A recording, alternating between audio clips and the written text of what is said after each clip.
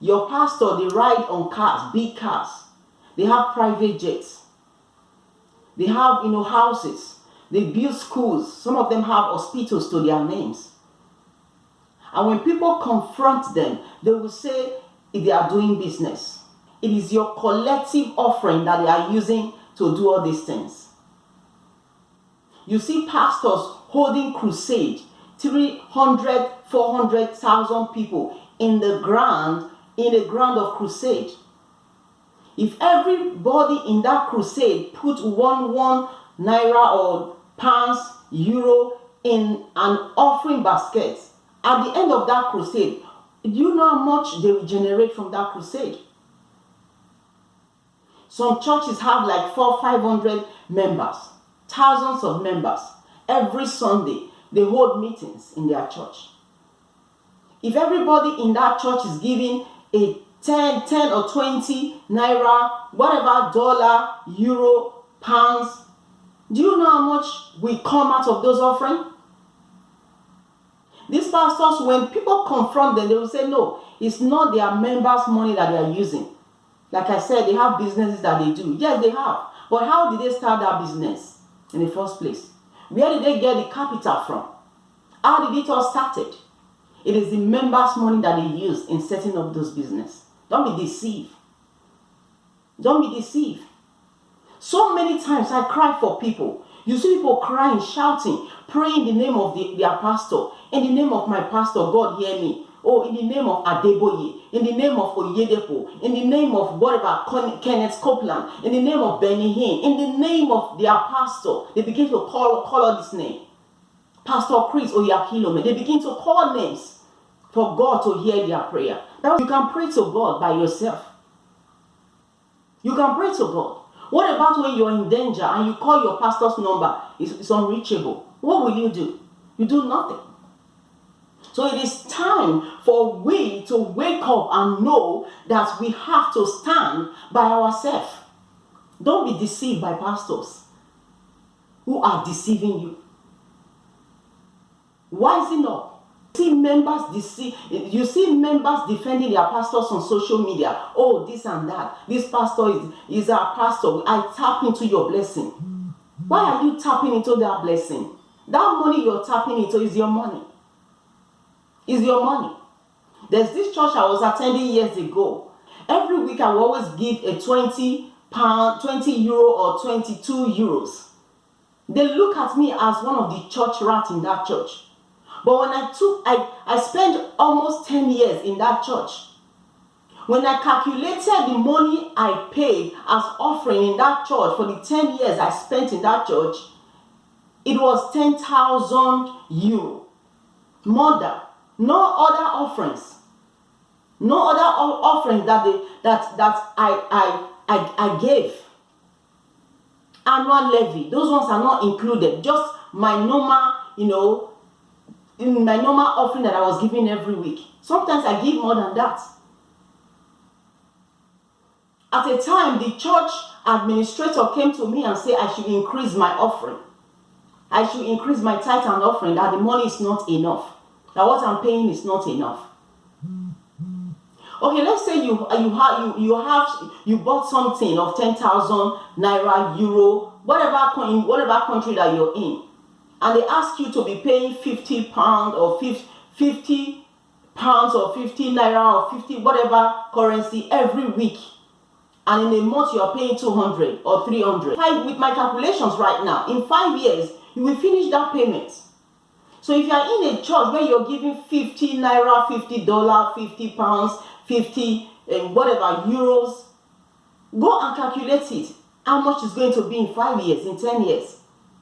And when someone is confronting your pastor of their wealth, you say, no, it's not our money. And when the pastor will even say it's not the members' money, and you will join them and be saying, no, it's not our money. The pastor is doing business.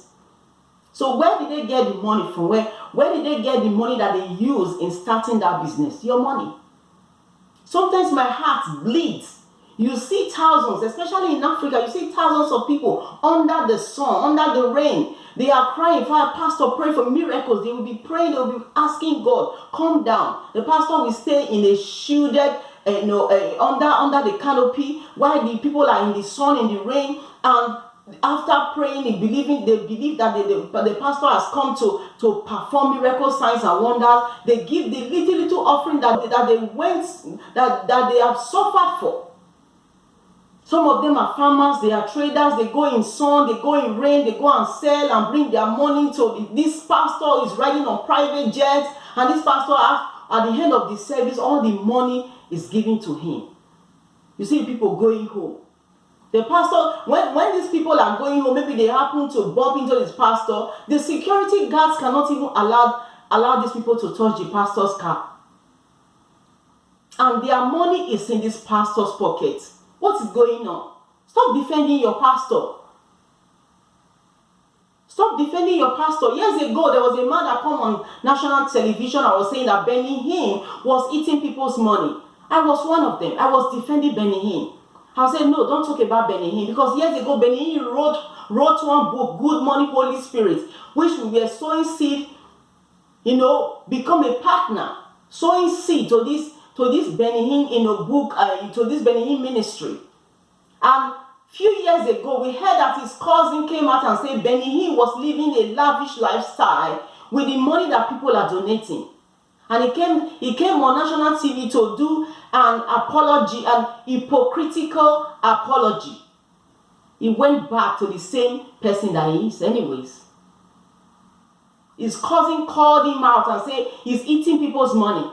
And I was looking at myself and said, what was I doing? What was I thinking? I used to be this way, defending pastors. Defending pastors. I was a fool, mogul. Please wake up.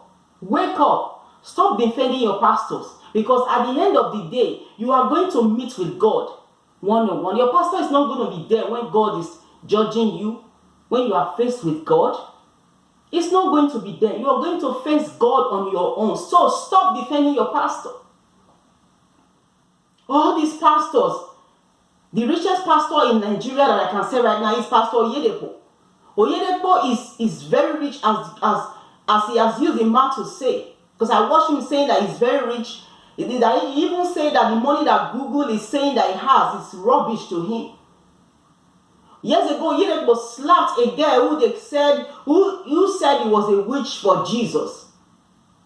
Oyedepo forgot that the car that he's driving and the jet that he's riding on, they are made by Buddhists. Some of them are made by Buddhists, by atheists, by people who don't even worship God, who worship elephants.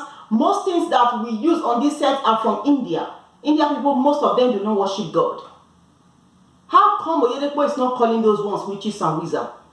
If we boldly and confidently enter those cars that are made by Buddhists, by an atheist, he doesn't call them witch. But a young girl that came into his church, who they misinterpret, she came forward to say she was a witch for Jesus, and they are the ones that even teach them that doctrine. He slapped that little girl. I've seen a pastor, this is face to face, said that she was a witch for Jesus.